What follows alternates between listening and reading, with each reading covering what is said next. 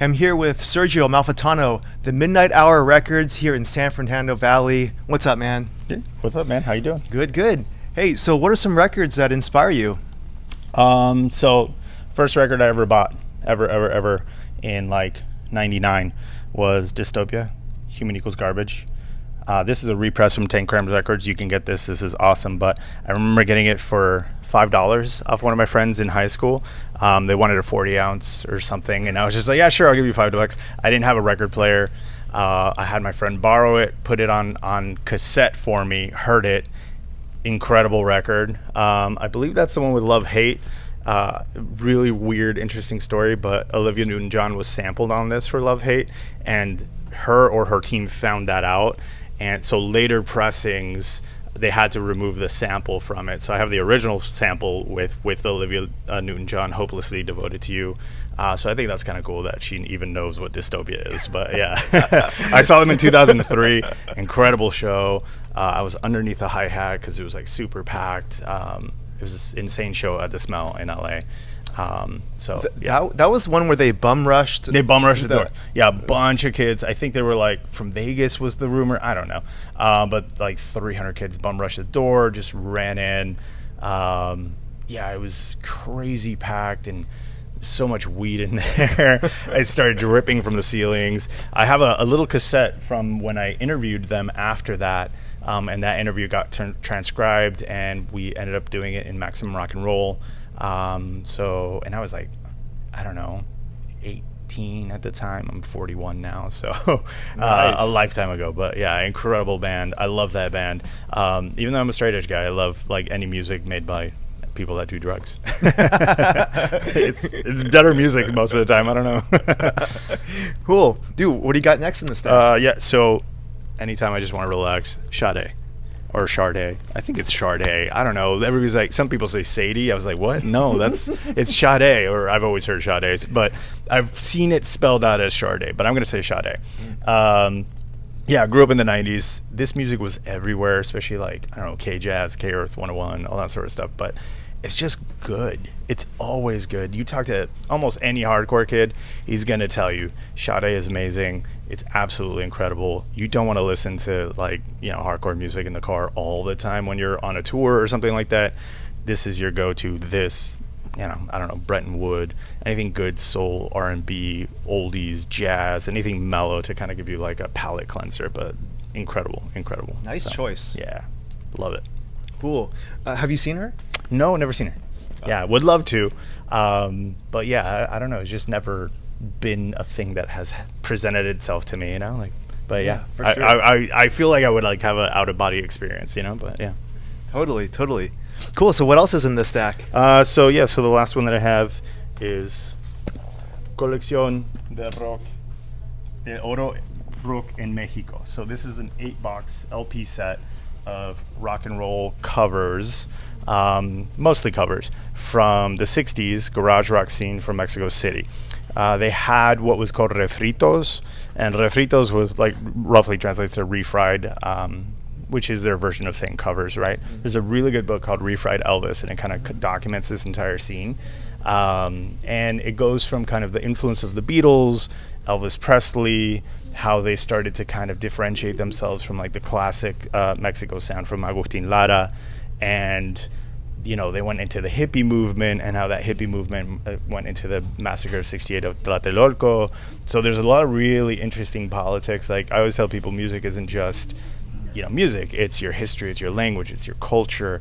My wife's Mexican, half my family's Mexican, I'm Argentinian. I grew up with rock en español, so this type of thing is just so niche and so interesting and so cool.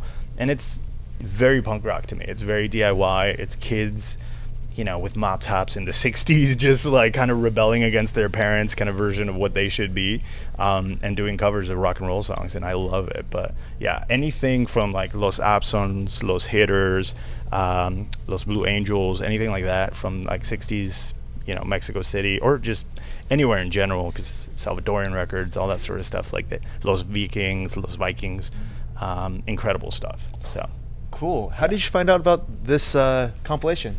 Honestly, it just kind of popped into the store. Yeah, sometimes people come in with like their older stuff, and I'm like, ooh, that looks amazing.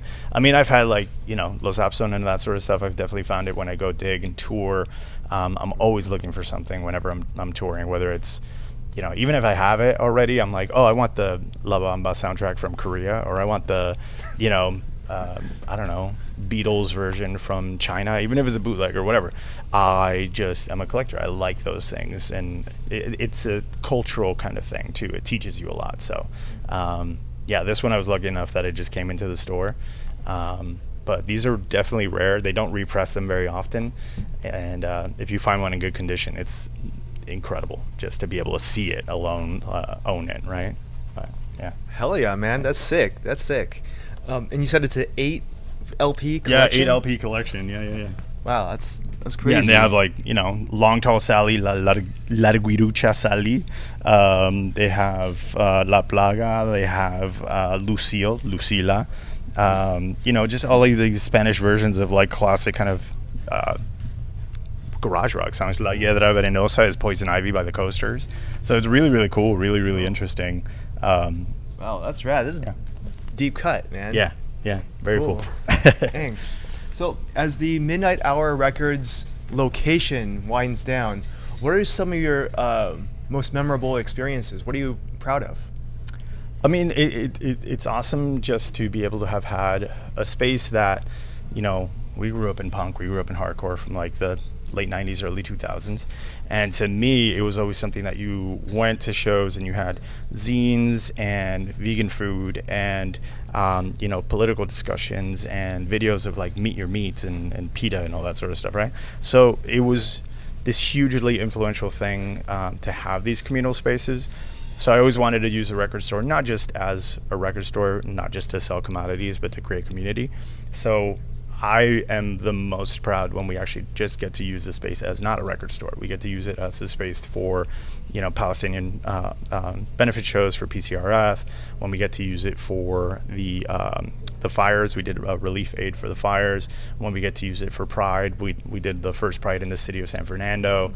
When we get to use it for all the anti-ICE stuff that we've been doing for training and know your rights, and you know, especially for kids, for youth that want to go out and protest, but we want you to be safe. We want you to know your rights. We want you to know, you know, as much as you can, as much information as you can have. So those are probably like my most proudest moments. Obviously shows, there's like a million to think about. Negative Approach played here. That's incredible. You know what I mean? I love that band. They're foundational to like what I love. But yeah, I don't know. I would say the communal aspect is definitely number one. And you know, the artists that have come in here, everybody that uses this space as their own, I guess, would be something that I'm super happy about. So yeah. Sick. Cool. So you've always been an active person. You've been doing projects for so long. What are the next steps? What are you looking forward to in the future? I mean, I tell people all the time, it's like, you know, having a relationship that ends or a band that breaks up. You do something new. You get a new iteration of what you're doing. I don't always know 100% what the next steps is. I didn't know that this was even going to happen, right? I was a photographer, then I became a DJ, then I became a silk screener, then from silk screening, COVID hit, and I was like, well, I can't do this anymore. What do I do? And I was, you know, DJing and selling records, so I started Midnight Hour, and my friends were like, we want to play here. And we moved from our little location here, so it was just very organic. So I never kind of have a plan, which is a bad thing to have, or not have actually. But we're looking at spaces. We have had a lot of good leads. A lot of people have reached out to us saying, hey, like, you know, my grandpa or my friend or whoever like owns this space.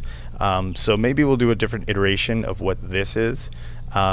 Maybe not have shows, maybe have a bar or venue and not do records. I don't know. Whatever, you know, we find that kind of fits what we can afford and what we can do in a cool new city that is, you know, we just don't want to let this go. I think we've met a lot of friends and made a lot of friends and family and community that like we would like to continue that. So yeah, hopefully it just moves forward. Cool. Okay. Awesome, man. Hey, looking for the next new things, and you know, thanks for hanging out. Yeah, thank you, man. I appreciate it. Thank you, brother.